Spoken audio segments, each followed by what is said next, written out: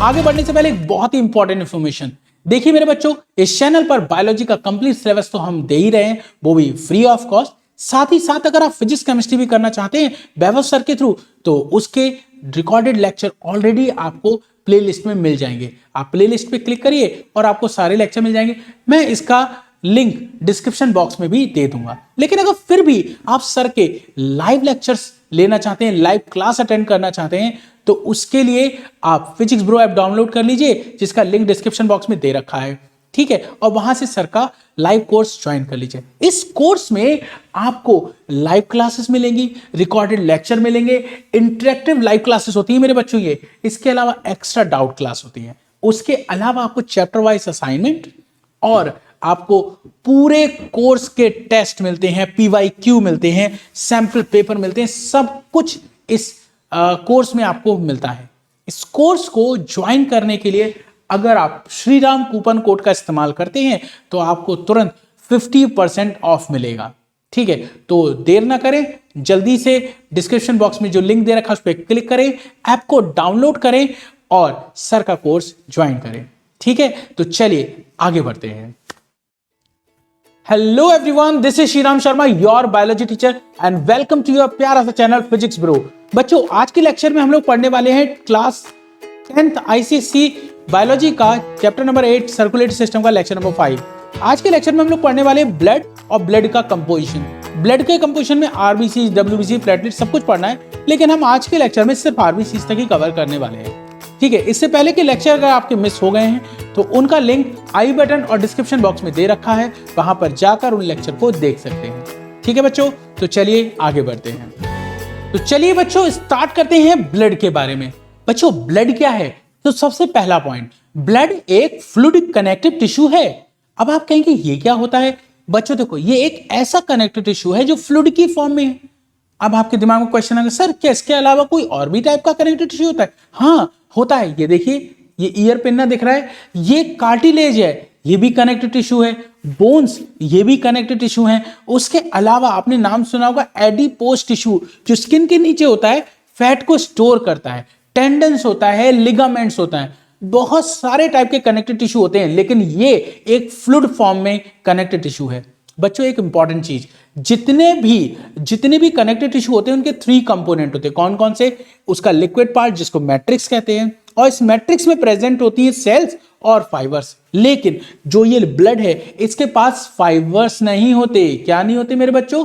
इसके पास फाइबर्स नहीं होते। इतनी बात क्लियर हो गई। आगे बढ़े। फिर पूछा जाता है ह्यूमन के अंदर, एक नॉर्मल एवरेज ह्यूमन के अंदर कितना ब्लड होता है? आप बताओगे सर ऑलमोस्ट 5 to 6 लीटर। कितना? 5 to 6 लीटर ब्लड होता है एक नॉर्मल ह्यूमन के अंदर, ठीक है। तो क्या देखा? फ्लूइड कनेक्टिव टिश्यू, इसमें कोई फाइबर नहीं है, और इसका कितना अमाउंट हमारे अंदर होता है? 5 to 6 लीटर। उसके अलावा आपसे पूछे सर इसका टेस्ट कैसा होता है, तो आप बताओगे सॉल्टिश, नमकीन सा होता है, सॉल्टी टेस्ट है इसका। तभी आपके दिमाग में एक बात आई, अरे क्या सर वैम्पायर है? ना मेरे बेटे, मैं वैम्पायर नहीं हूं। हम सबने ब्लड को टेस्ट किया है। कैसे? देखो, कभी खाना खाते समय या बोलते समय टंग कट जाती है, कहते हैं गाली दे रहा है कोई, जीभ कट गई मेरी, है ना।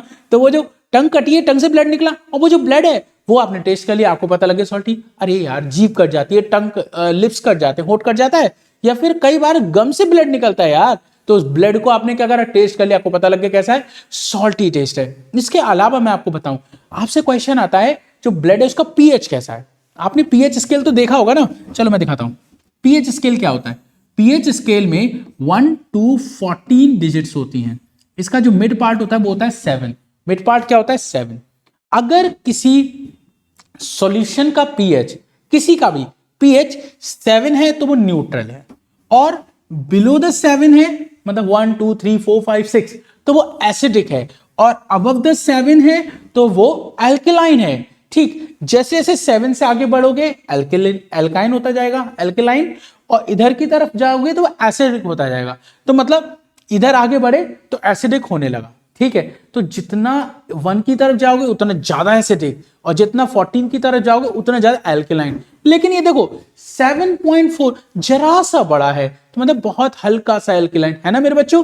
तो आप बोलोगे ब्लड स्लाइटली अल्कलाइन होता है। तो यहाँ पे आपने कितने पॉइंट देखे? नंबर 1 फ्लूइड कनेक्टेड टिश्यू, दूसरा कोई फाइबर इसमें नहीं होते। फिर देखा अबाउट 5 to 6 लीटर हमारे अंदर होता है, सॉल्टी इसका टेस्ट होता है।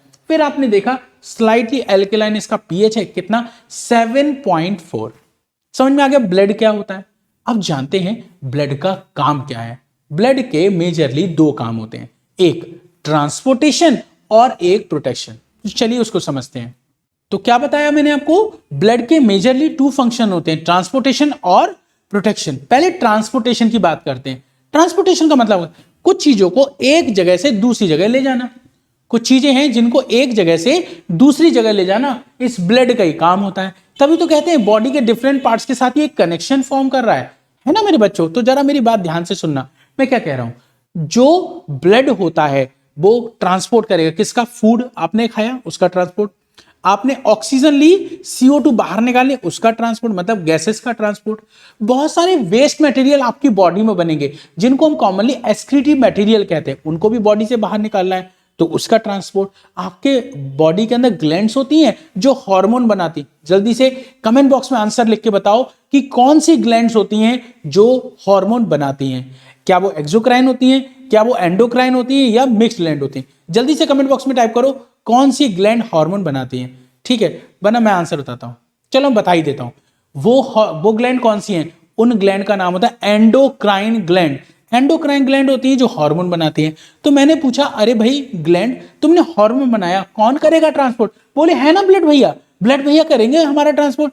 ठीक, तो ब्लड ने फूड का ट्रांसपोर्ट करा, गैसेस का करा, वेस्ट मटेरियल मतलब एक्सक्रीटिव मटेरियल का ट्रांसपोर्ट करा, उसके अलावा हार्मोन का ट्रांसपोर्ट भी ब्लड ही करता है। अभी क्वेश्चन आता है, क्या ब्लड बॉडी के टेम्परेचर को मेंटेन रखने में हेल्प करेगा। तो आप बताओगे हाँ, बॉडी के टेम्परेचर को मेंटेन करने में हेल्प करता है, ये हीट को ट्रांसपोर्ट करता है एक जगह से दूसरी जगह। तो क्लियर हो गया ब्लड के दो मेजर फंक्शन, ट्रांसपोर्ट और प्रोटेक्शन। ट्रांसपोर्ट में क्या क्या समझ लिया, फूड का ट्रांसपोर्ट, गैसेस का, हार्मोन का, एक्सक्रीटिव प्रोडक्ट का, इसके अलावा हीट का ट्रांसपोर्ट और करता है, वो भी आप नोट करेंगे। अब बात आती है प्रोटेक्शन की। प्रोटेक्शन समझते हैं, देखो कई तरह से प्रोटेक्शन है। जैसे तुम्हारे चोट लग गई, चोट लगेगी तो ब्लड बाहर आएगा, जब ब्लड बाहर आएगा तो ब्लड फ्लो होता जाएगा, ब्लड का लॉस हो जाएगा तो तुम मर जाओगे। ऐसा ना हो इसीलिए ब्लड बहुत समझदार है, बोले मैं जैसे ही बाहर आऊंगा मैं क्लॉट बना लूंगा। ब्लड क्या बोला, चोट लगेगी ब्लड बाहर आएगा और मैं बाहर आते ही क्लॉट बना लूंगा।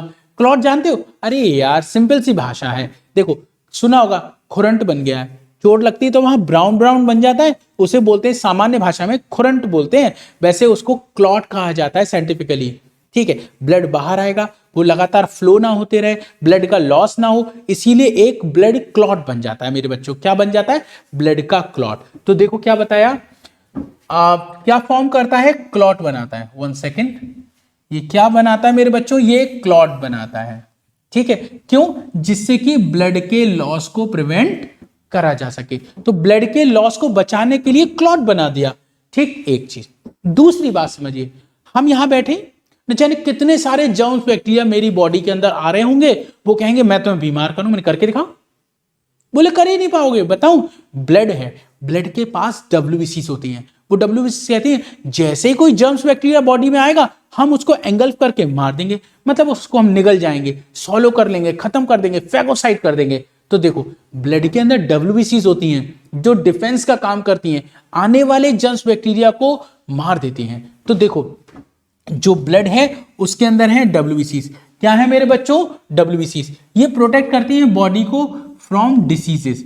कैसे, एंगल्फिंग करके। कैसे प्रोटेक्ट करती हैं, एंगल्फिंग करके बैक्टीरिया को। ये बैक्टीरिया को एंगल्फ कर लेंगे, उसको मार देंगे, आपको बचा लेंगे। उसके बाद देखो कई सारे बॉडी के अंदर बैक्टीरिया अंदर आके क्या बना रहे हैं, टॉक्सिन्स बना रहे हैं, मतलब पॉइजनस सब्सटेंस बना रहे हैं। ठीक है, और उन टॉक्सिन्स के अगेंस्ट हमारी बॉडी में क्या बनते हैं, एंटीटॉक्सिन। जर्म्स बैक्टीरिया आते हैं उनके अंदर क्या बनते हैं, उनके अगेंस्ट क्या बनते हैं, एंटीबॉडीज। तो मेरी बात को जरा ध्यान से सुनो, हमारी बॉडी का जो डिफेंस सिस्टम होता है वो क्या करता है, जैसे कोई पॉइजनस सब्सटेंस या टॉक्सिन सब्सटेंस हमारी बॉडी के अंदर पहुंचेगा, कोई भी पॉइजनस या टॉक्सिक सब्सटेंस हमारी बॉडी में पहुंचेगा, तो हमारा जो डिफेंस सिस्टम है जिसको हम इम्यून सिस्टम कहते हैं वो क्या करेगा, उनके अगेंस्ट एंटीटॉक्सिन बनाएगा।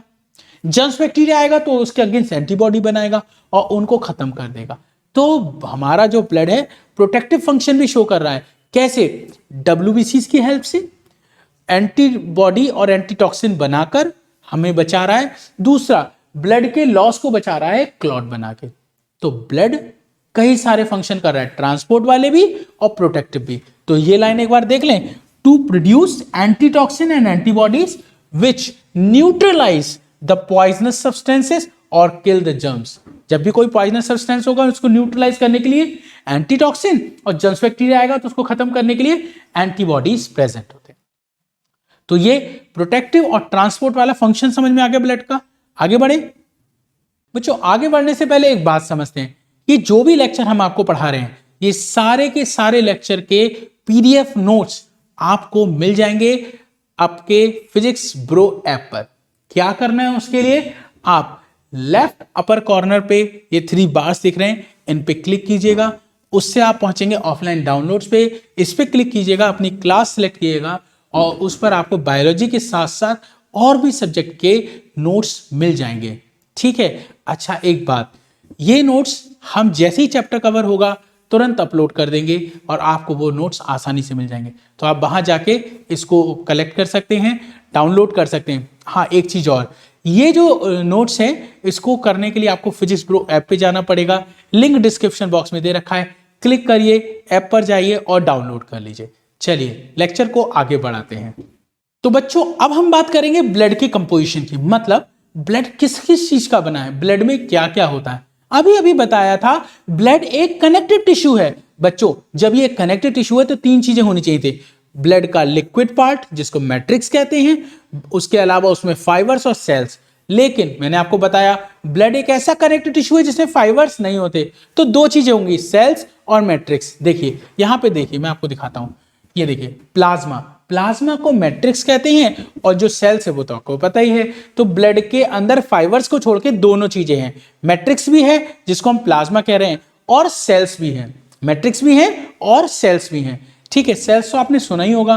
ब्लड के अंदर 3 टाइप की सेल्स होती हैं, आरबीसीज, WBCs और प्लेटलेट्स। कितने टाइप के? 3, आरबीसी, WBC और प्लेटलेट। ठीक है, वो हम आगे डिटेल में पढ़ने वाले हैं। क्वेश्चन आता है टोटल ब्लड का कितना % प्लाज्मा है? ठीक, तो आप बताओगे 55% प्लाज्मा है और इस प्लाज्मा में भी सबसे ज्यादा 90 से 92% तक वाटर होता है। फिर से सुन लो, ब्लड का सबसे बड़ा पार्ट प्लाज्मा, कितना? 55%। और आपसे पूछे सेल्स तो आप बताओगे सेल्स 45%, जिसमें आरबीसी, WBC, प्लेटलेट तीनों काउंट होंगी। और इस प्लाज्मा के अंदर जो 55% पार्ट है ब्लड का, सबसे ज्यादा वाटर होता है, तभी तो इसको फ्लूइड कनेक्टिव टिश्यू बोल रहे हैं। अब वाटर भी कितना होगा? 90 से 92%। कितना होगा मेरे बच्चों? 90 से 92% वाटर ही वाटर है। अब हम एक एक करके देखते हैं। पहले हम देखेंगे प्लाज्मा में क्या क्या चीजें हैं, फिर हम देखेंगे इन सेल्स में क्या कितने टाइप हैं उनके बारे में डिस्क्रिप्शन देखेंगे। चलिए आगे बढ़ते हैं, प्लाज्मा के बारे में देखते हैं। अब देखिए प्लाज्मा के अंदर आपको क्या क्या देखने को मिलेगा, मैं दिखाता हूं आपको। देखो प्लाज्मा के अंदर सबसे ज्यादा क्या मिलेगा? वाटर। तो कितना बताया मैंने आपको? आप बताओगे 90 से 92% तो सिर्फ वाटर ही वाटर होता है। सबसे ज्यादा क्या होता है? ब्लड के प्लाज्मा में वाटर होता है। उसके अलावा बहुत सारे न्यूट्रिएंट्स। कौन से न्यूट्रिएंट्स? जैसे आपने खाना खाया था तो glucose, fructose, amino acid, fatty acid, glycerol, ये सारे क्या हैं? जरूरी चीजें हैं, ये न्यूट्रिएंट्स हैं। ये सारे के सारे न्यूट्रिएंट्स ब्लड के प्लाज्मा में ही होते हैं। आप O2 CO2 की बात करते हैं, O2 आती है, CO2 जाती है, तो वो भी कहां होती है? ब्लड के अंदर ही होती है। बहुत सारा एक्सक्रीटरी प्रोडक्ट होता है जो हमारे अंदर प्रेजेंट होगा, मैं बताता हूं। देखो एक्सक्रीटरी प्रोडक्ट क्या क्या होगा। हम लोग तो मेरे बच्चों यूरिया एक्सक्रीट करते हैं। क्या एक्सक्रीट करते हैं मेरे बच्चों? यूरिया। तो आपको यूरिया देखने को मिलेगा। इसके अलावा हमारे ब्लड में अमोनिया होता है, हमारे ब्लड में यूरिक एसिड होता है। इसके अलावा भी कई चीजें होती हैं जैसे क्रिएटिनिन, प्यूरिक एसिड, ये सब हमारे ब्लड में आपको देखने को मिलेगा। इतनी बात क्लियर हो रही है मेरे बच्चों? आगे बढ़ जाऊं। आप क्या देखोगे? Water, nutrients, gases, excretory product, ये सब कहां है? ब्लड के प्लाज्मा में। क्या इसके अलावा कुछ और है? हाँ है, देखिए मैं आपको दिखाता हूं।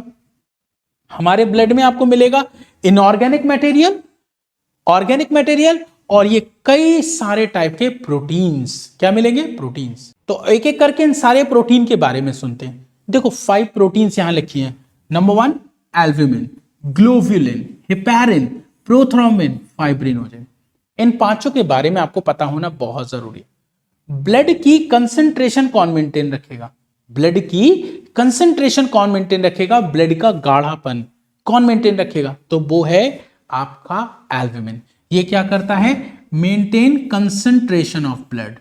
क्या करता है, ये मेंटेन करता है कंसंट्रेशन ऑफ ब्लड। मैं शॉर्ट में लिख दे रहा हूं कंसंट्रेशन को। फिर पूछा गया ये ग्लोबुलिन तुम क्या करते हो, बोला मैं एंटीबॉडी बनाता हूं और एंटीबॉडी की हेल्प से मैं डिफेंस सिस्टम क्रिएट करता हूं। तो ये ग्लोबुलिन क्या करेगा, आप बताओगे, फॉर्म्स एंटीबॉडी। क्या बना रहा है, एक सेकेंड,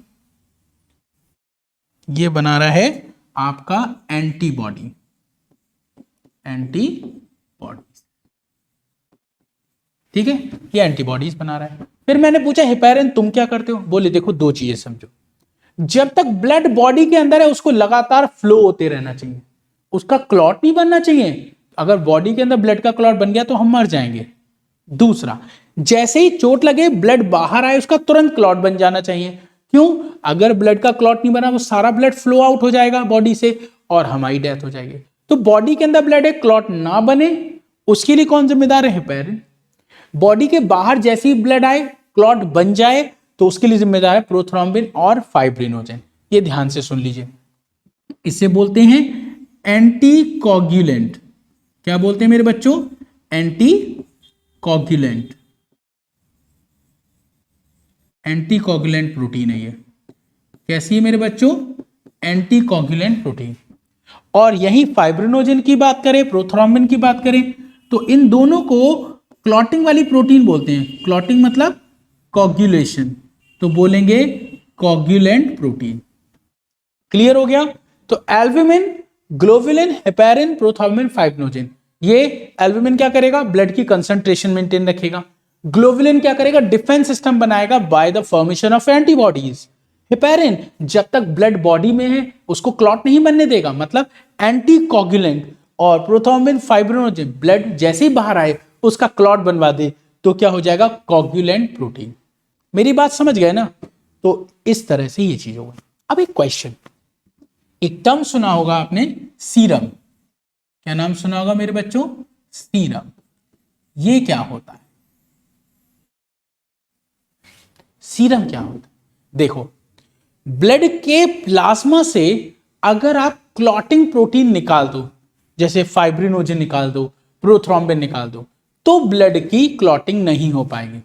तो आप क्या बताएंगे, व्हाट इज सीरम, तो आप बताओगे serum is equals to plasma minus clotting factor. Plasma minus clotting factor, plasma में से अगर क्लॉटिंग फैक्टर निकाल दो तो बचेगा सीरम, और सीरम का कभी क्लॉट नहीं बनता। क्या नहीं बनता, क्लॉट नहीं बनता। ब्लड का क्लॉट बनता है, सीरम का नहीं। ये बात इंपॉर्टेंट है, याद रखिएगा, नोट कर लीजिएगा। आगे बढ़े, तो प्लाज्मा कंप्लीट हो गया। मैंने बताया था ब्लड के दो मेन कंपोनेंट्स हैं, एक प्लाज्मा, एक सेल। प्लाज्मा 55 और ब्लड सेल कितना, 45। बच्चों कमेंट बॉक्स में फटाफट लिख दिया करो कितना परसेंट प्लाज्मा, कितना परसेंट सेल्स। तो सेल्स कितनी है, 45%। चलिए आगे बढ़ते हैं। अब देखते हैं ब्लड के अंदर कौन कौन से टाइप की सेल्स हैं। तो देखिए यहां पर 3 टाइप की सेल्स होती हैं जो ब्लड में प्रेजेंट होते हैं। कौन कौन सी, नंबर 1 आरबीसीज, नंबर 2 डब्ल्यूबीसीज और नंबर 3 कौन है, प्लेटलेट्स। इन तीनों के अपने अपने काम हैं। आरबीसीज का मैं एक काम बताता हूं। आरबीसीज का एक काम है गैसेस का ट्रांसपोर्ट, O2 को अंदर लाना और CO2 को बाहर ले जाना। मतलब O2 का ट्रांसपोर्ट ब्लड करता है आरबीसीज की हेल्प से। दूसरा, आपकी बॉडी के अंदर जर्म्स बैक्टीरिया आते हैं, उनको मारना, आपका डिफेंस सिस्टम डेवलप करना, किसका काम है, डब्ल्यूबीसीज का। मैंने बताया था ना, ट्रांसपोर्ट के अलावा जो ब्लड होता है वो प्रोटेक्शन करता है आने वाले जर्म्स से।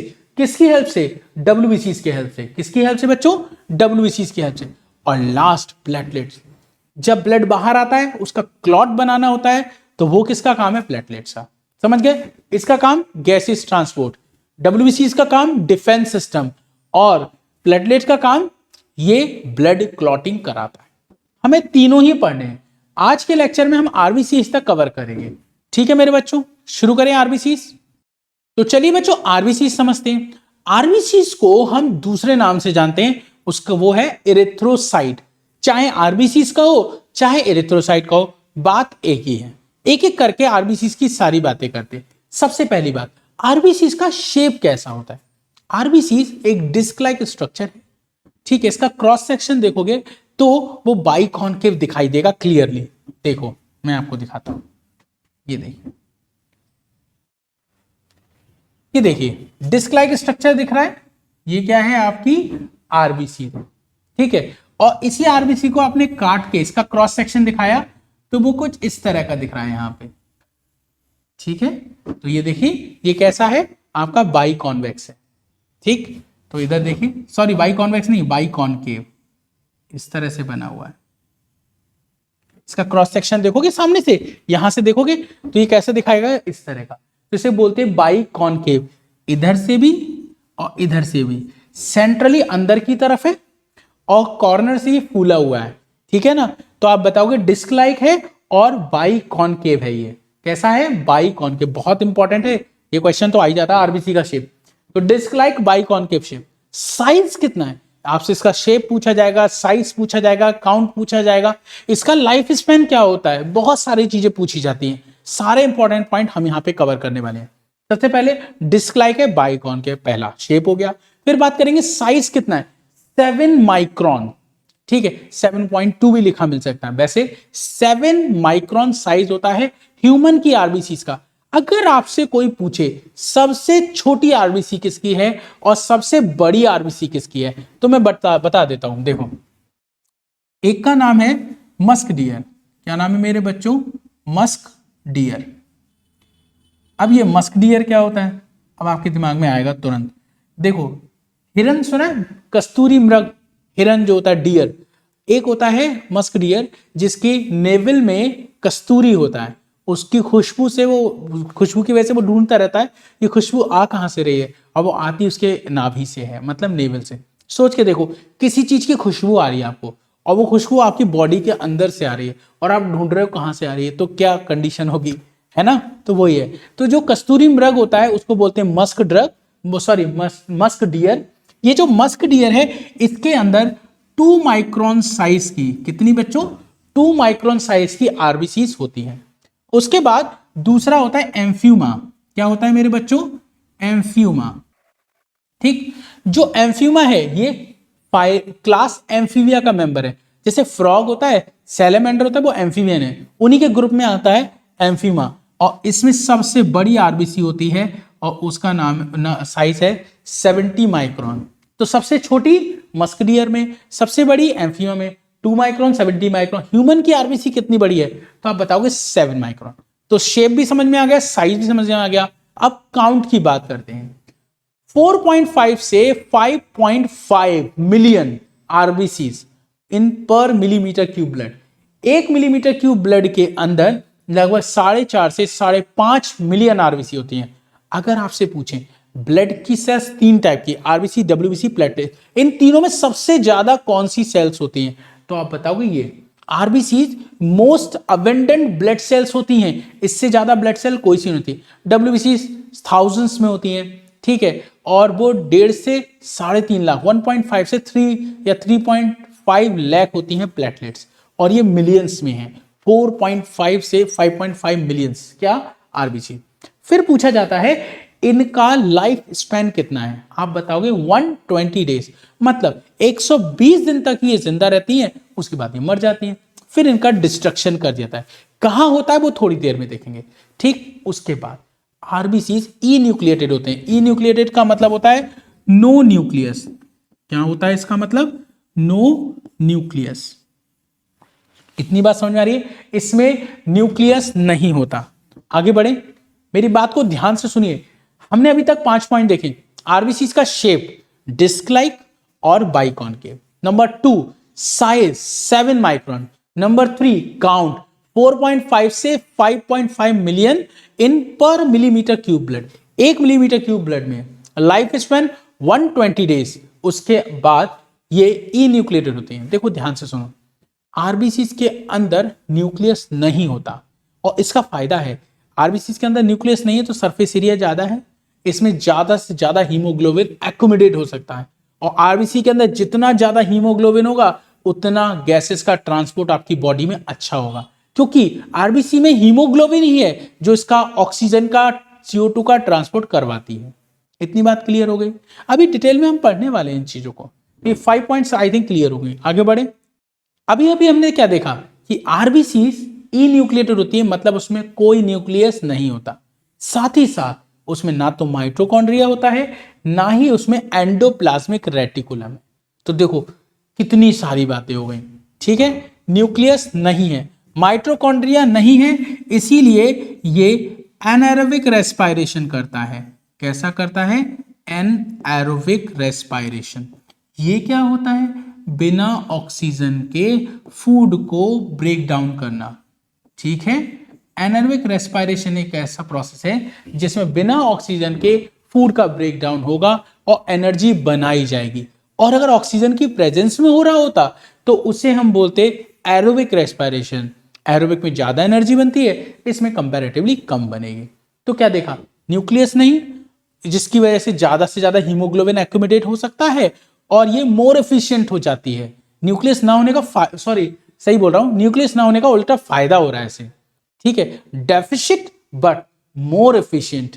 ठीक है, मतलब इसमें कमी है लेकिन फिर भी ये काबिल है। मतलब एक व्यक्ति जिसके दोनों हाथ नहीं, दोनों पैर नहीं, लेकिन वो वर्ल्ड का बहुत ही बड़ा मोटिवेशनल स्पीकर है। नाम मैं थोड़ा मिस कर गया हूं, आपको कभी बताऊंगा। एक ऐसा व्यक्ति जिसके दोनों हाथ नहीं, दोनों पैर नहीं, लेकिन वो ब्रेन से इतना स्ट्रांग है, बहुत ही अच्छा मोटिवेशनल स्पीकर बन गया है। ठीक है, कभी हमें अपनी कमियों को नहीं देखना चाहिए, हमें अपनी अच्छाइयां देखना चाहिए। हमें ये देखना चाहिए हमारे पास क्या है। कमियों से मतलब ये नहीं है बुराइयां, देखो दो अलग अलग बातें। हमारे पास क्या नहीं है ये मत देखो, ये देखो हमारे पास क्या है, हम उससे क्या कर सकते हैं, ये चीज कह रहा हूं। कमियां तो ढूंढो तभी तो सुधार करोगे, है ना बच्चों। तो वही केस यहां पे डेफिशिएंट है बट मोर एफिशिएंट है। ना तो इसके पास न्यूक्लियस, ना इसके पास माइटोकॉन्ड्रिया, ना एंडोप्लाज्मिक रेटिकुलम। लोग कहेंगे अरे बेचारा आरबीसी। ना ना ना, वो बेचारा नहीं है, उसको फायदा है। क्या फायदा है? देखो, एंडोप्लाज्मिक रेटिकुलम इसके पास नहीं है तो ये कम जगह में ही बहुत सारे आरबीसी कलेक्ट हो सकते हैं। ठीक है, अगर एंडोप्लाज्मिक रेटिकुलम नहीं है तो उसका फायदा क्या है? थोड़ी सी जगह में बहुत सारे आरबीसी इकट्ठे हो सकते हैं। ठीक है, तभी तो इतने सारे आरबीसी होते हैं 1 मिलीमीटर क्यूब ब्लड में। दूसरा, माइटोकॉन्ड्रिया नहीं तो एनारोबिक रेस्पिरेशन भी कर सकता है। दूसरा, न्यूक्लियस नहीं है तो बहुत सारा हीमोग्लोबिन रह सकता है, क्योंकि सेल के अंदर जो न्यूक्लियस है बहुत ज्यादा स्पेस रखता है। जैसे मान लो एक बेंच है, उस पर आपने वो बच्चे बिठा रखे जो पढ़ने वाले नहीं है, उनको निकाल दो। जो पढ़ने वाले नहीं उनको निकाल दो, तो अच्छे बच्चे बैठने के लिए जगह बन जाएगी ना, वो यहाँ पर है। लेकिन आप ये मत कहना न्यूक्लियस काम की चीज नहीं होती है, बहुत इंपॉर्टेंट होता है। ठीक है, वो क्यों नहीं है वो भी देखते हैं। तो आपसे पूछें ये तो मेडिकल के एग्जाम में भी क्वेश्चन आ जाता है कि आरबीसीज के अंदर न्यूक्लियस नहीं है, इसका क्या फायदा है? आप बताओगे न्यूक्लियस नहीं तो स्पेस बचेगा, उस स्पेस के अंदर बहुत सारा हीमोग्लोबिन रह सकता है। जितना ज्यादा हीमोग्लोबिन होगा आरबीसी उतना अच्छे से काम करेगी। कौन सा काम? O2 और CO2 का ट्रांसपोर्ट करना। ये बात क्लियर हो गई। इसीलिए इसको बोलते हैं डेफिशिएंट बट मोर एफिशिएंट। कमी है लेकिन फिर भी अच्छा काम कर रहा है। कम जगह में बहुत सारे इकट्ठे हो जा रहे हैं, एनारोबिक रेस्पिरेशन कर ले रहे हैं और बहुत सारे हीमोग्लोबिन एक्यूमुलेट कर देते हैं। तो ये सारे फंक्शन हम किसके देख रहे हैं? आरबीसी के बारे में समझ रहे हैं। आगे बढ़े, थोड़ा सा और समझते हैं आरबीसी के बारे में। अब बच्चों बात करते हैं आरबीसी के फॉर्मेशन की। आरबीसी का फॉर्मेशन कहां होता है? तो देखिए 3 चीजें समझनी है। एक एडल्ट, हम लोग एडल्ट हैं, हमारे अंदर आरबीसी का फॉर्मेशन कहां होता है?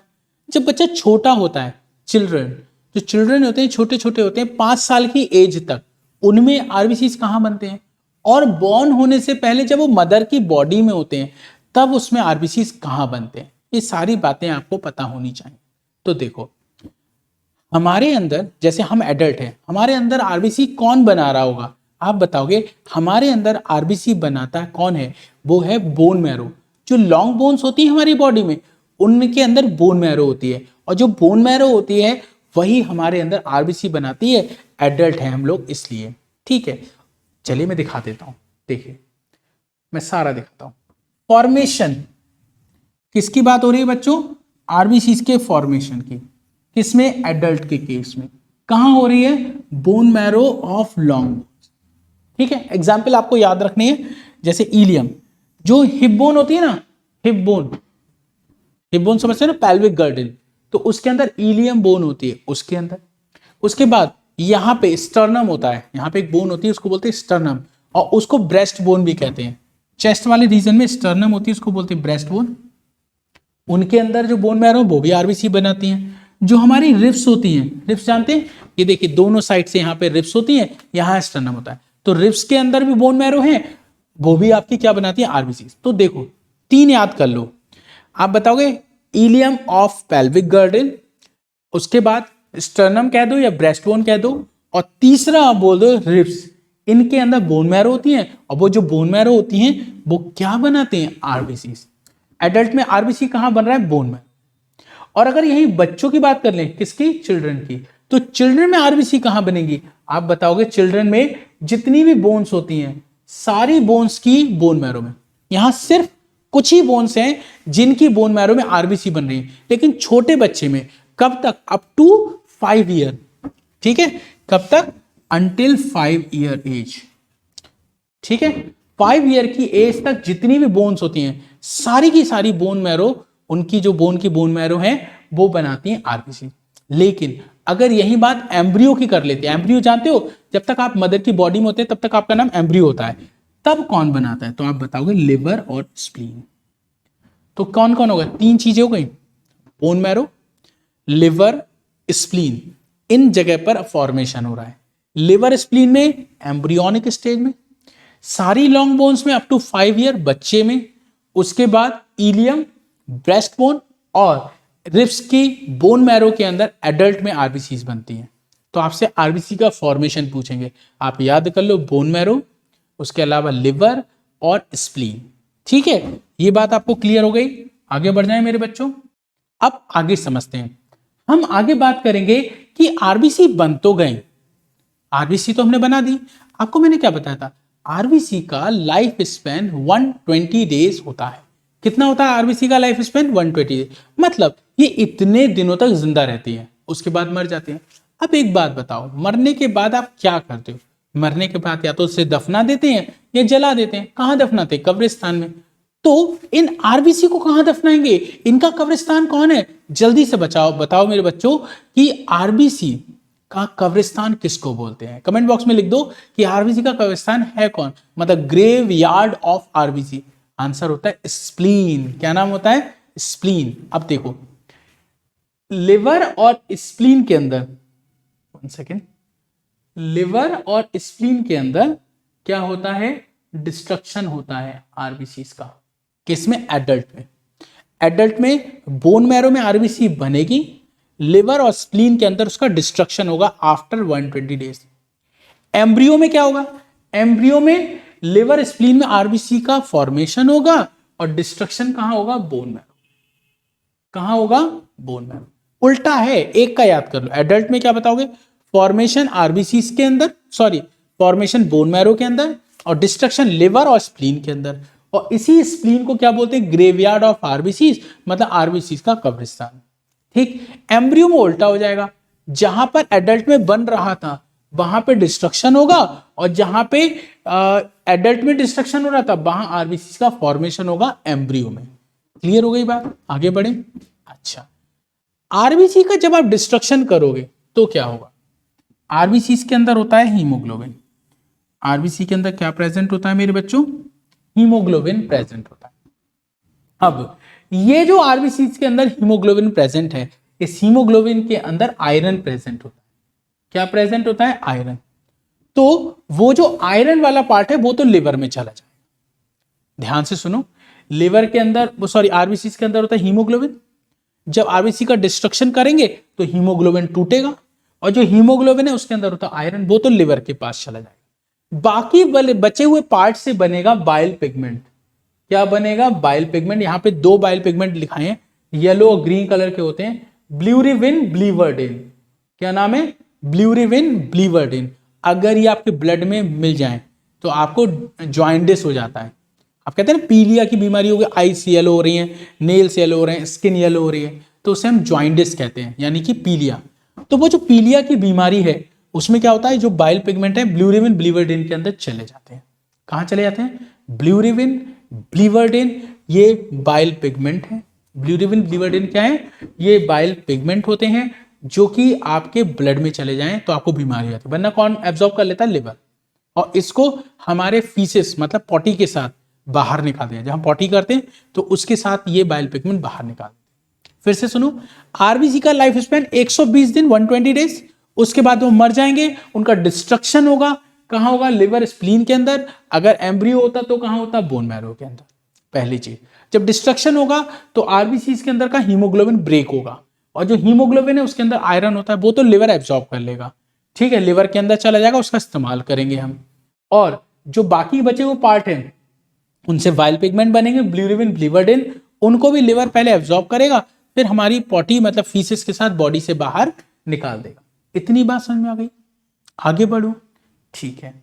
अगर हम एक नॉर्मल डेटा की बात करें तो देखिए, लगभग 2 मिलियन आरबीसी, मतलब टोटल आरबीसी का 1%, ठीक है, लगभग 2 मिलियन आरबीसी, हमारी बॉडी में जितनी भी आरबीसी हैं वो तो हमने जो बताई हैं वो पर मिलीमीटर क्यूब ब्लड बताई हैं, ठीक है।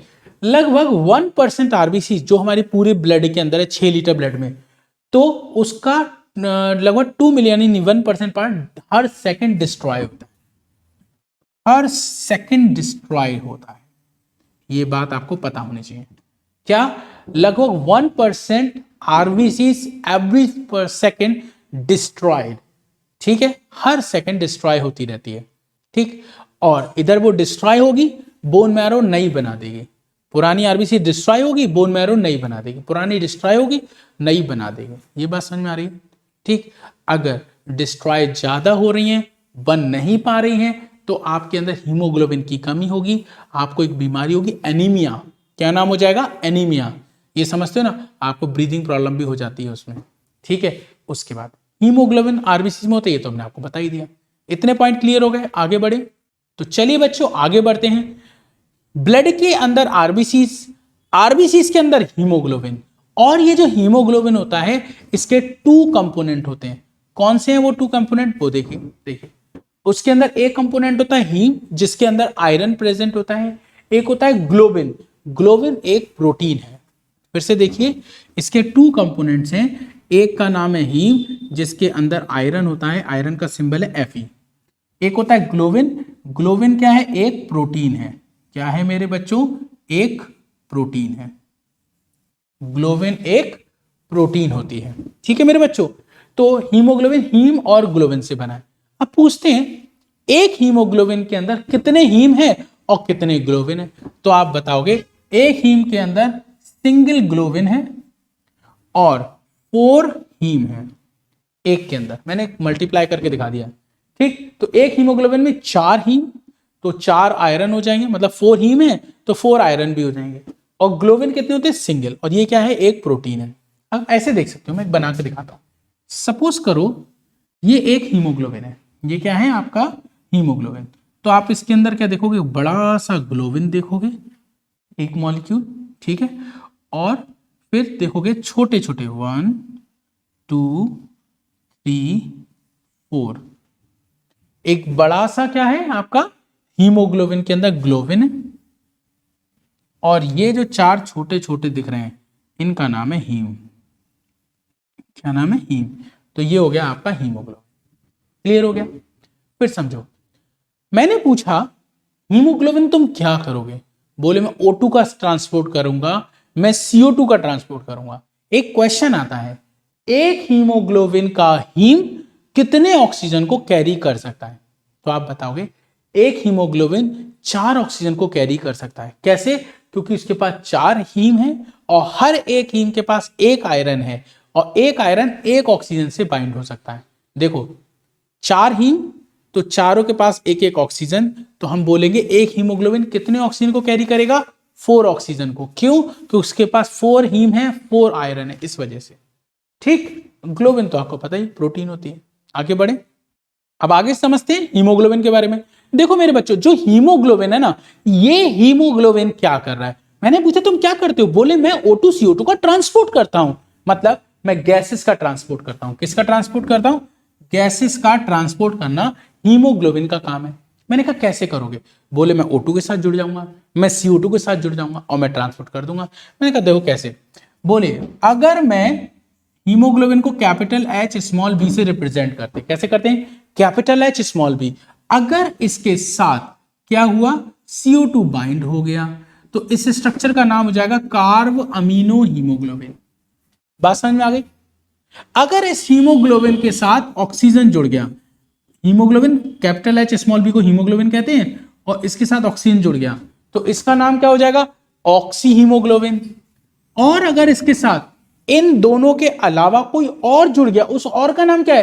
Carbon monoxide. बहुत डेंजरस है भैया, डेथ कॉज कर देगा ये, तो उसका नाम हो जाएगा कार्बोक्सी हीमोग्लोबिन। देखो हीमोग्लोबिन के साथ कौन जुड़ गया है? Carbon monoxide. अगर कार्बन मोनोऑक्साइड जुड़ गया हीमोग्लोबिन के साथ तो नाम हो जाएगा कार्बोक्सी हीमोग्लोबिन। अगर O2 के साथ हीमोग्लोबिन जुड़ा तो ऑक्सी, देखो ये कार्बोक्सी है, ये सिर्फ ऑक्सी है। और अगर CO2 जुड़ा तो नाम होगा कार्ब अमीनो हीमोग्लोबिन। ठीक, अच्छा ये डेंजरस है। क्यों? ये एक स्टेबल कंपाउंड होता है, ये हीमोग्लोबिन से परमानेंट दोस्ती कर लेता है। बहुत प्यार है इन दोनों के बीच में, वेरी स्ट्रॉन्ग एफिनिटी। ठीक है, कार्बन मोनोऑक्साइड के लिए एक बहुत ही सॉफ्ट कॉर्नर होता है हीमोग्लोबिन के पास, उसके दिल में रहता है ये। ठीक है, तो सबसे ज्यादा एफिनिटी किसके साथ? कार्बन मोनोऑक्साइड की है, हीमोग्लोबिन की, और ये तुरंत उससे जुड़ जाएगा। अगर ये दोनों जुड़ गए, कौन? हीमोग्लोबिन और कार्बन मोनोऑक्साइड, तो वो एक स्टेबल कंपाउंड बनाएंगे, oxy haemoglobin, sorry carboxy haemoglobin, और ये पॉइजनस होता है। ठीक है, जैसे मान लो एक बंद कमरा है, बंद कमरे में आपने कोयला जला के रख दिया और एक व्यक्ति सो रहा है, वो मर जाएगा। रीजन सुनो, आपने बंद कमरे में क्या करा? कोयला जला के रख दिया, कोयले से बहुत सारी CO रिलीज हुई, कार्बन मोनोऑक्साइड, वो उसके बॉडी में गई, ब्लड के हीमोग्लोबिन के साथ बाइंड हो गई। अब हीमोग्लोबिन तो बिजी है, वो तो किसी और को डेट कर रहा है। किसको? कार्बन मोनोऑक्साइड को डेट कर रहा है, तो ऑक्सीजन को तो करेगा ही नहीं, ऑक्सीजन को लेके जाएगा नहीं, सेल्स को ऑक्सीजन नहीं मिलेगी और बिना ऑक्सीजन के डेथ हो जाएगी। समझ आ गई? तो हाईली डेंजरस गैस है। ठीक, तो सबसे ज्यादा वो कार्बन मोनोऑक्साइड को प्यार करता है, कौन? हीमोग्लोबिन। तो बच के रहिएगा इससे। आगे बढ़े मेरे बच्चों, तो यहां पर हमारा आरबीसी कंप्लीट होता है। तो आज के लेक्चर में हमने कंप्लीट किया ब्लड, ब्लड के फंक्शन, ब्लड का कंपोजिशन और आरबीसीज। क्या है आरबीसीज? आरबीसीज के अंदर क्या क्या चीजें होती हैं, कैसा शेप है, साइज है, काउंट है। ठीक है, ये क्लियर हो गया। नेक्स्ट लेक्चर में हम कवर करने वाले हैं डब्ल्यूबीसीज और प्लेटलेट्स, और प्लेटलेट्स का काम क्या होता है? क्लॉटिंग, इसके अलावा लिम्फेटिक सिस्टम, और ये चैप्टर हम फिनिश कर देंगे। ठीक है, तो आज के लिए इतना ही, इसके आगे नेक्स्ट टाइम पे मिलेंगे। खुदा हाफिज, जय राम जी की, बाय बाय, खुश रहिए।